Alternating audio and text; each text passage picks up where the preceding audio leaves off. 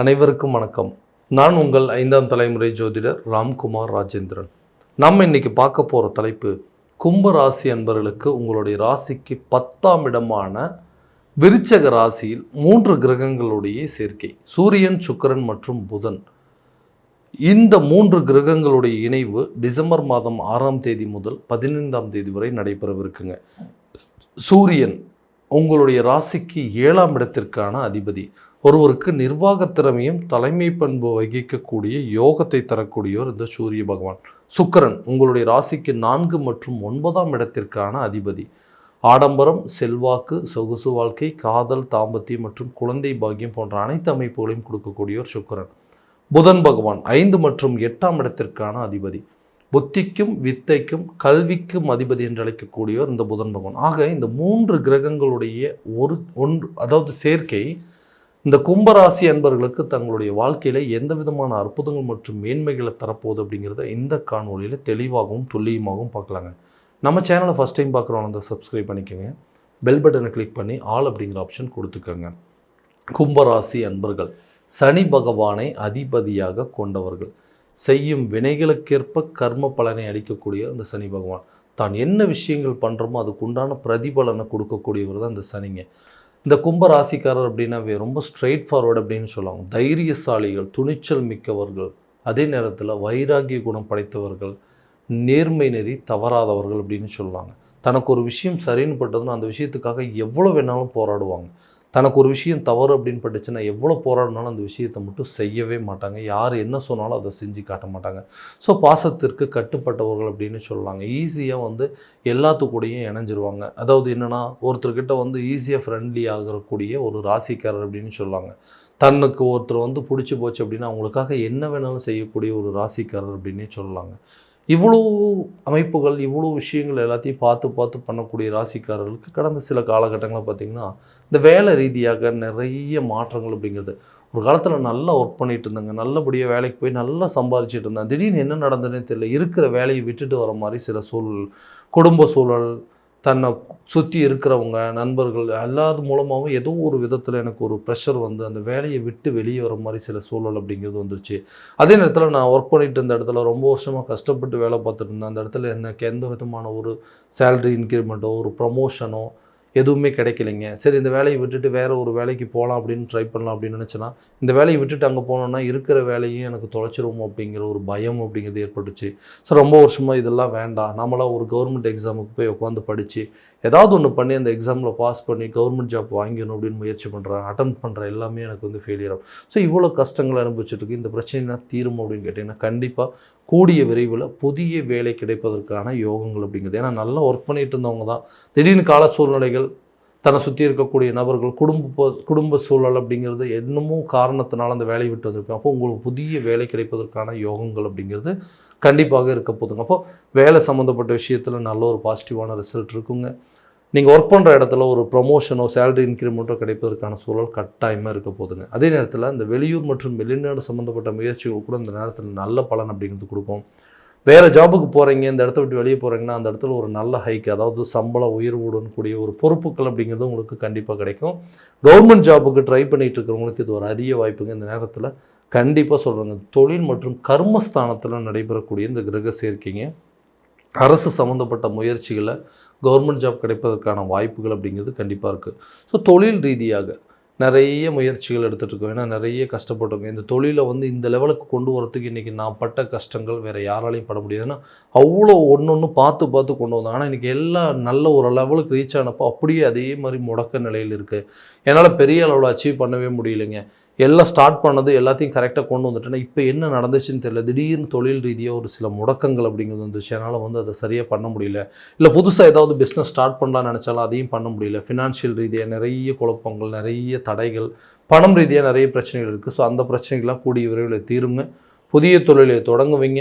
அந்த தொழிலில் இருந்து வந்த மந்த நிலையை அகற்றுவீங்க. அந்த தொழிலில் மாற்றங்கள் என்ன பண்ணணும் அப்படிங்கிறத தெரிஞ்சுக்குவீங்க. உங்கள் தொழிலில் நீங்கள் தான் கிங் அப்படிங்கிறது ப்ரூஃப் பண்ணக்கூடிய ஒரு காலகட்டமாக இருக்க போது நிறைய மாற்றத்தை பண்ணுவீங்க.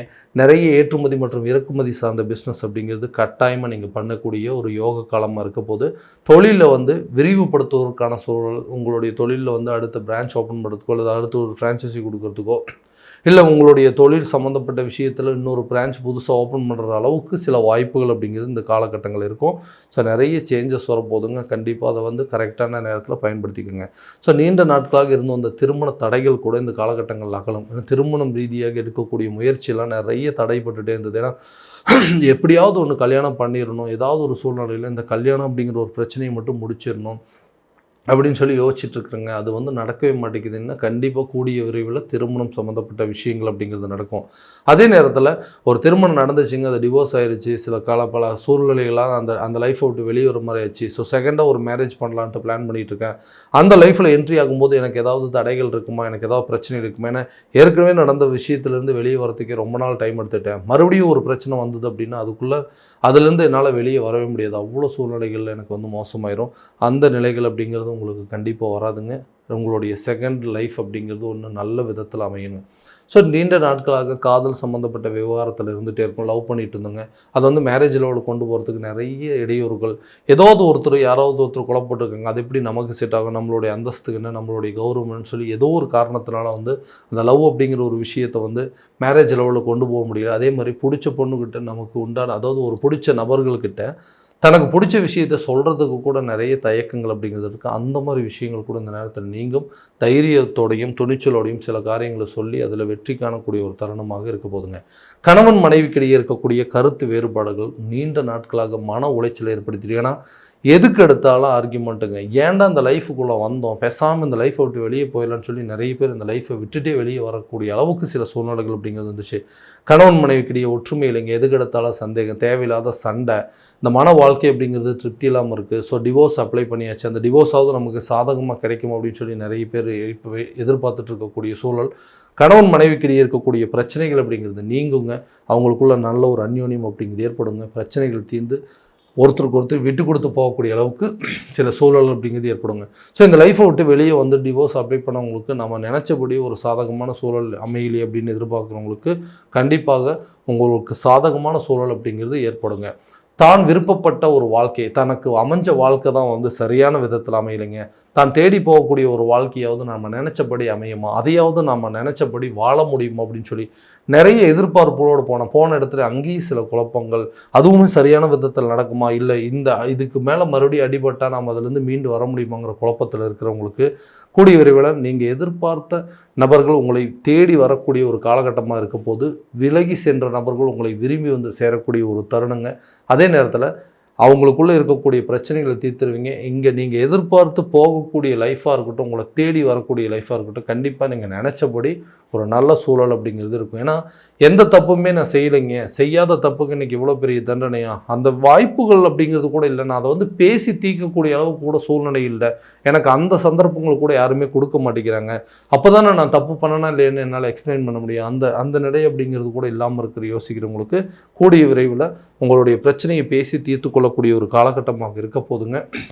உங்களை வேண்டான்னு சொல்லி விட்டுட்டு போனவங்க கண்டிப்பாக உங்களை தேடி வருவாங்க. நீங்களும் அதே போல் உங்களுடைய தவறுகளை உணர்ந்து உங்களுடைய பிரச்சனைகள் என்னன்னு தெரிஞ்சுக்கிட்டு அந்த இடத்துல விட்டு கொடுத்து செல்லக்கூடிய ஒரு காலகட்டமாக அமையுங்க. வீடு வாங்கக்கூடிய யோகமோ அல்லது வீடு கட்டக்கூடிய வாய்ப்புகள், புதிய சொத்துக்களுக்கு உண்டான சேர்க்கை, வண்டி வாகனம் சம்மந்தப்பட்ட யோகங்கள்லாம் இந்த காலகட்டங்களில் நிச்சயமாக நடக்குங்க. ஆரோக்கிய ரீதியாக இருந்து வந்த தடைகள் அகலும். ஆரோக்கியத்தில் இது வரைக்கும் நிறைய மன உளைச்சல்கள், நிறைய மன கஷ்டங்களை மட்டுமே அனுபவிச்சுருந்தீங்க. ஏன்னா எதுக்கு எடுத்தாலும் டிப்ரெஷனுங்க, டென்ஷனுங்க, என்னால் வந்து நிம்மதியாக தூங்க முடியல, நிம்மதியாக சாப்பிட முடியல, ஏதோ ஒரு குறைபாடுகள் வந்துகிட்டே இருக்குது. உடல் ரீதியாக பாதிப்புகள், தூக்கமின்மை பிரச்சனை, இந்த மாதிரிலாம் இருக்கும். அந்த பாதிப்புகள்லாம் கொஞ்சம் கொஞ்சமாக தீருங்க. உங்களுக்கு இருக்கக்கூடிய மன உளைச்சல்கள் குறையுங்க. ஆரோக்கிய கெடுதல்கள் அப்படிங்கிறது படிப்படியாக நீங்கும். ஹெல்த்தில் நல்ல இம்ப்ரூவ்மெண்ட் இருக்குங்க. நோய் சம்மந்தப்பட்ட பாதிப்புகள் விலகும். தோல் சம்மந்தப்பட்ட ஒரு தொந்தரவுகளோ, அதாவது எலும்பு சம்மந்தப்பட்ட சில பாதிப்புகள் அப்படிங்கிறதெல்லாம் விலகக்கூடிய ஒரு காலகட்டமாக இருக்க போதுங்க. கல்வியில் நல்ல ஒரு முன்னேற்றம் இருக்கும். குழந்தைகளுடைய கல்வியாக இருக்கட்டும், அவங்களுடைய ஞாபக மறதிகள் அப்படிங்கிறதெல்லாம் குறையக்கூடிய காலகட்டமாக இருக்க போதுங்க. அதே நேரத்தில் ரிப்பீட் பண்ணக்கூடிய ஒரு சில எக்ஸாம்ஸ், அதாவது ஒரு படிப்பு படிக்கிறோம் அப்படின்னா அதில் மறுபடியும் திரும்ப திரும்ப படித்து அதை வந்து ஞாபகத்திறனை பெருக்கிக் கொள்வது ரொம்ப அவசியம். ஏன்னா கல்வியில் இந்த காலகட்டங்களில் சில ஞாபக மறதிகள் அப்படிங்கிறது வரும். அதன் மறதியை போக்க ரிப்பீட் பண்ணுறது தான் இதுக்கு இருக்கிற ஒரே ஒரு தீர்வுகள் அப்படின்னு சொல்லலாம். ஸோ கல்வி ரீதியாக சில தேவையில்லாத விரயங்கள் அப்படிங்கிறது வருங்க. அந்த விரயங்கள் கூட சுப விரயங்களாக மாறக்கூடிய ஒரு காலகட்டமாக இருக்கும். ஸோ இது வரைக்கும் நம்ம பார்த்ததெல்லாம் கோட்சார ரீதியான பலன்கள் மட்டும்தாங்க. இந்த பலன்கள் அனைத்தும் உங்களுக்கு நடக்குமானா உங்களுடைய சுய ஜாதகத்தை அதனோட ஒப்பிட்டு பார்த்து அதற்குண்டானபடி சில முயற்சி எடுக்கும்போது வாழ்க்கையில் எல்லா விதமான வெற்றிகள் அப்படிங்கிறது உங்களுக்கு கண்டிப்பாக கிடைக்குங்க. உங்கள் ஜாதகத்தை எங்கிட்ட பார்க்கணும்னு விருப்பப்பட்டீங்கன்னா கீழே தெரிய நம்பருக்கு கான்டாக்ட் பண்ணி அப்பாயின்மெண்ட் ஃபிக்ஸ் பண்ணிக்கோங்க. அப்படி இல்லையா உங்களோட ஜாதகத்தை வாட்ஸ்அப் மூலமாக அனுப்பிச்சி வச்சிங்க அப்படின்னா தெளிவான முறையில் கணிச்சு துல்லியமான பலன்கள் அப்படிங்கிறது உங்களுக்கு தெரியப்படுத்தப்படுங்க. மீண்டும் அடுத்த காணொளியில் உங்களை சந்திக்கும் வரை உங்களிடமிருந்து விடைபெறுவது உங்கள் ராம்குமார் ராஜேந்திரன். நன்றி.